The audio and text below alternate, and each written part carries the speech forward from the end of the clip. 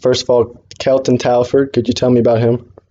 Yeah, Kelton is a local kid from South Carolina, from Great Falls. I think he was the 1A regional player, or region player of the year. They won a state championship this year. He's a winner. He comes from a great high school program, and it's awesome to have a homegrown kid here, like Kelton, whose future's really bright. Kelton is a very talented kid, extremely athletic, great length, and great basketball instincts. Just has a natural feel for scoring basketball, and just one of those guys that's just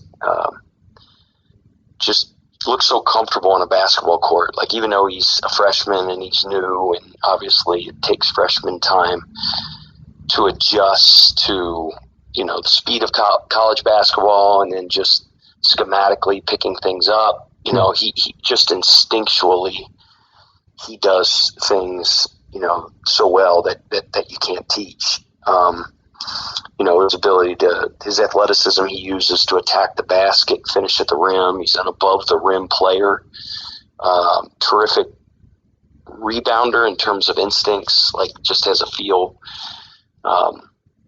You lose a great rebounder in Josh Ferguson, and Kelton's a guy that has a natural knack and nose for the ball, and can alter shots, block shots with his length. I think he has potential to develop into a really good defender as well. Cool. Tanari Lane, is that how you say his name, first of all? Yeah, Tanari. Mm-hmm. Yep, Tanari Lane. Tanari's from Atlanta, Georgia. Again, an elite high school program. Was a starting guard on the Grayson high school team that for many weeks this year was at the top of the USA Today national high school rankings. I don't know if they were ever one, but I know they were, number 2, number 3 in the country for a long time. Ended up getting upset in just a heartbreaker in the state finals game against Wheeler, who's also a national power and a Georgia power. Tanari hit a huge 3 to tie it in the waning seconds, and then Wheeler went down and made a shot at the buzzer to beat him. Tanari is a big, strong, physical, athletic, scoring wing. At 6'5", he comes in with a college-ready body. He's probably 220 pounds. Really solid kid. His calling card is his ability to put the ball in the basket. He can really score. Terrific shooter. Very, very, very dangerous three-point shooter.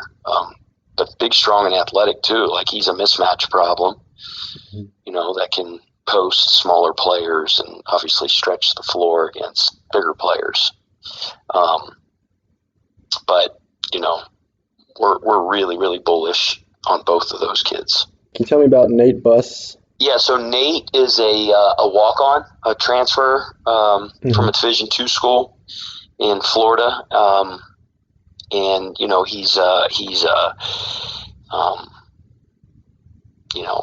very hard worker, all about the team, has coaching aspirations, and I think, players that want to become coaches are students of the game, and he just adds so much to our program with his effort and his mentality that he brings every day, and it rubs off on the rest of our guys. But a great kid that's phenomenal for our chemistry as well.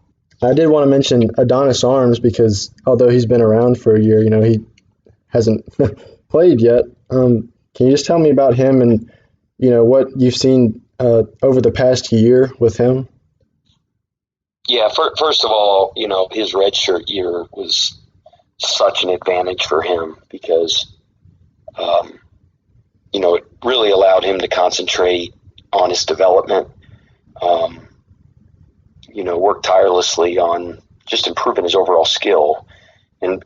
But he also really changed his body. He's a kid that's put on over 20 pounds of muscle.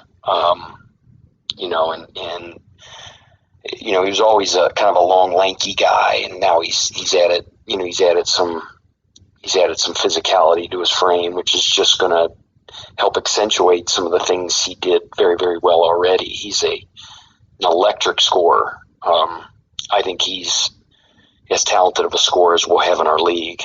I think he's an all-conference candidate, and he's going to be a guy that's going to electrify the Coliseum at times, and that the fan base can be really, really excited about. 6'6", kind of wing guard, kind of plays multiple positions, can play the 1, the 2, the 3. But with his size and his strength, he's a scorer. I wouldn't call him a shooter, but he's a scorer. Not to say he can't shoot. I mean, he's just one of them guys that can put the ball in the basket. Can really generate free throws. His ability to attack the basket, put foul pressure on people is really good. But can pass. He's a very, very, very talented all around player. I also did want to mention Josh Corbin too, because he played last year but had the injury and didn't get to play a lot. I was wondering, first of all, if he redshirted after the injury. Yeah. He did?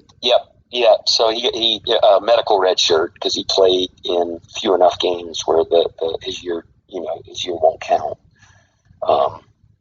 Based on an NCAA medical redshirt waiver, yes. So he'll be a freshman eligibility wise. It's just great to see Josh healthy.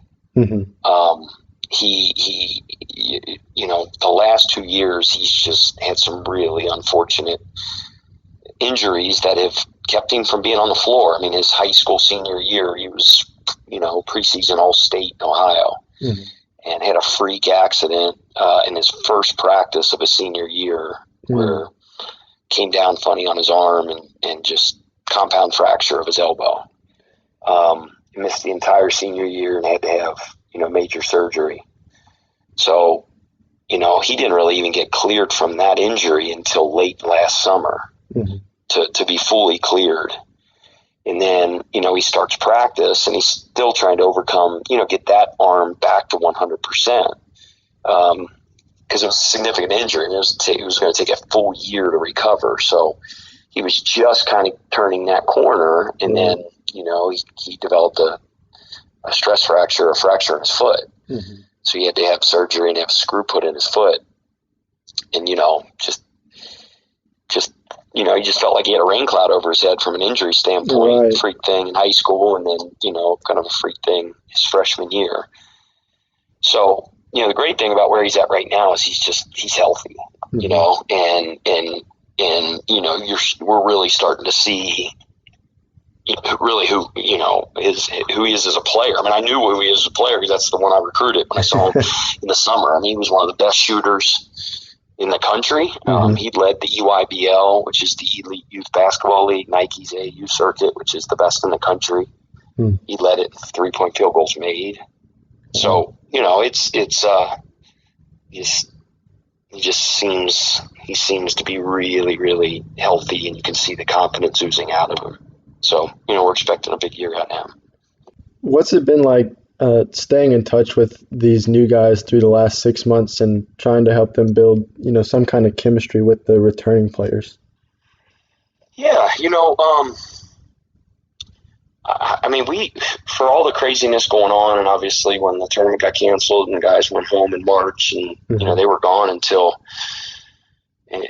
March, April, May, 3 months, whatever it was. But the majority of our team has been around most of the summer. So we were able to start bringing them back,